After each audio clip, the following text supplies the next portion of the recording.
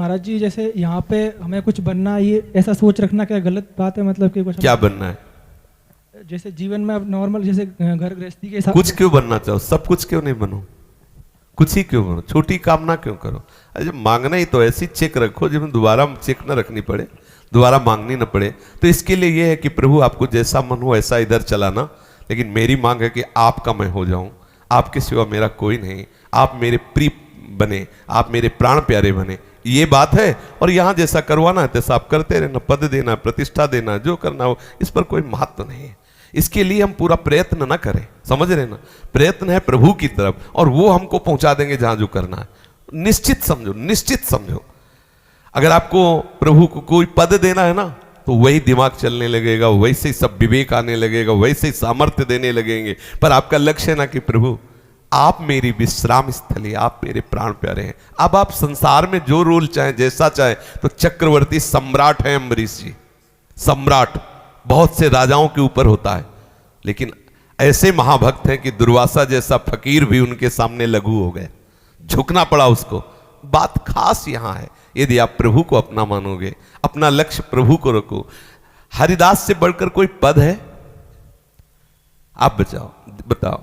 ब्रह्मा का भी पद बहुत बुरा लगने लगता है उसको जिसको हरिदास पद का परिचय प्राप्त हो जाता है। आप शास्त्रों में पढ़ के देखो, भगवान का अनुरागी भक्त ना तो ब्रह्मा के पद की आकांक्षा करता है, ना देवराज के इंद्र पद की, ना रसातल के पद की, ना भूतल के पद की, ना सिद्धियों की, ना मोक्ष की। वो प्रभु के चरणों के दासत्व भाव से युक्त हो गया। ये सबसे बड़ा पद है। अंदर से प्रभु के चरणों का संबंध रखो, बाहर से जो भी वो प्रभु की सेवा मानकर करो। कोई वो अभी आपको बहुत बड़ा पदाधिकारी बना दिया है तो आपको कोई गर्व नहीं होगा, और सब छीन लिया जाए तो आपको कोई शोक नहीं होगा, क्योंकि आपका प्रधान लक्ष्य आपके साथ है। तो ये छोटी मोटी बातें बदलती रहती, क्योंकि परिवर्तनशील संसार है। आज आप राजा बनोगे तो कल भिखारी बन जाओगे, तो परसों फिर राजा बन जाओगे।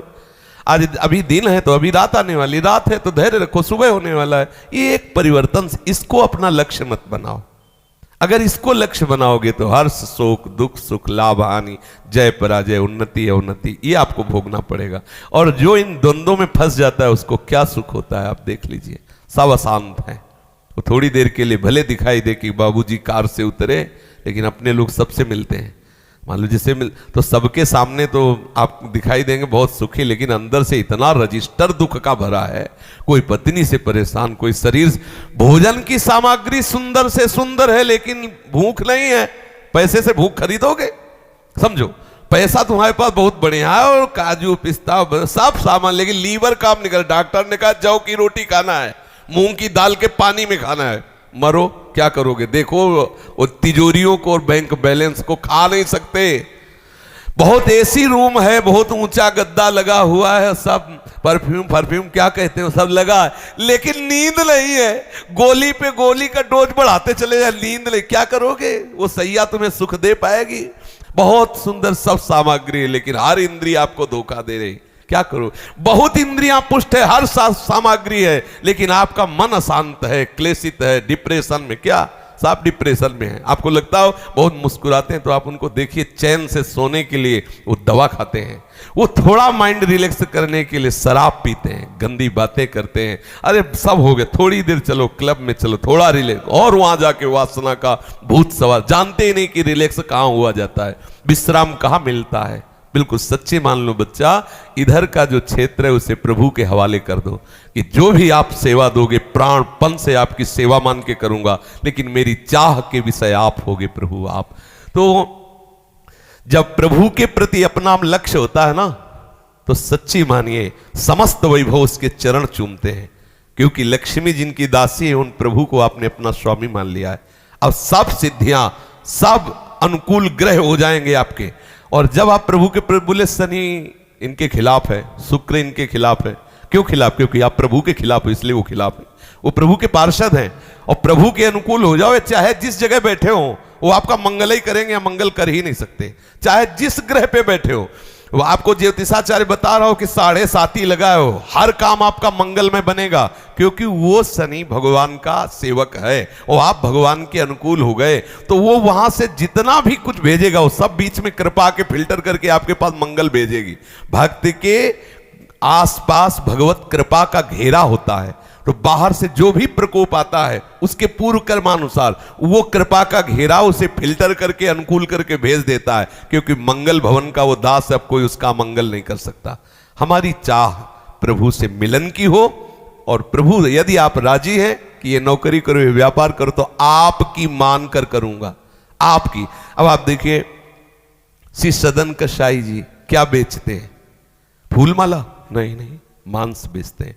और जानते हो शास्त्र में उनको महान भक्त और उनका वर्णन हुआ, उनके जीवनी का वर्णन हुआ। क्यों वर्णन हुआ? वो चंदन पूजा, अगरबत्ती, फूल माला 1 किलो चाहिए कि 2 किलो चाहिए मांस, लेकिन किसके बन के?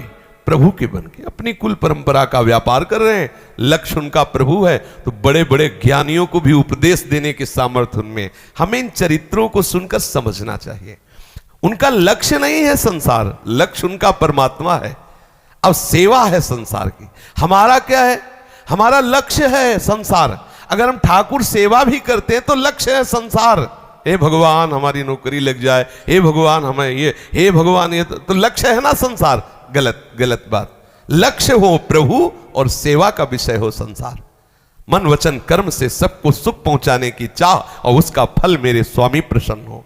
हमारा व्यापार, नौकरी, जो भी कार्य मतलब जो भी कार्य में जो भी है वो सब ठाकुर का है, पूरी सृष्टि ठाकुर की है। तो मुझे जो नौकरी मिले, सेना की नौकरी मिले, व्यापार मिले, कुछ भी जो भी प्रभु के द्वारा निर्धारित किया गया, मैं सांगो पांग ईमानदारी से वो करूंगा, और उसका फल चाहूंगा कि मेरे स्वामी प्रसन्न, मंगल में जीवन है।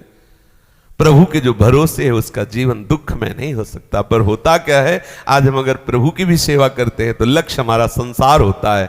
सुखमय जीवन व्यतीत करने के लिए सुख की आशा छोड़नी होती है। समझ रहे हो ना? ये सूत्र सबकी समझ में नहीं आएगा।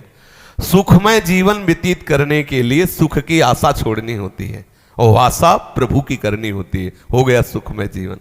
यहां सुखमय जीवन व्यतीत करने के लिए सुख की आशा से विषय लक्ष्य हो गया, तो आशा ही परमम दुखम। अल्यो खत्म। सुख के कहीं किंचन मात्र खोजने पर भी नहीं मिल रहा, दुख ही दुख, दुख ही दुख। कहां देखो कितना दुख है। जब आप थोड़ी बुद्धि पवित्र होगी तब आप देखोगे कितना दुख है। कितने कितने घृणित वस्तुओं में लोग आनंद मना रहे हैं, कितनी घृणित वस्तुओं में। अब वो कहते हैं कि तुम क्या जानो, बंदर ने अदरक का स्वाद नहीं चखा। जब बंदर ने अमृत का स्वाद चख लिया तब वो कह रहा है कि कैसी तुम्हारी मति है जो तुम इस अमृत को छोड़कर वहां फंसे हुए हो। वो समझते हैं हमें पागल, हम समझते हैं उन्हें पागल। तो अवास्तविक पागल कौन है, ये फिर अब तीसरा निर्णय करेगा। तीसरा है शास्त्र। शास्त्र जिसकी बुद्धि को प्रमाणित कर दे, जिस तत्व को प्रमाणित कर दे, वही सत्य है। बकाया हम सब झूठे हैं।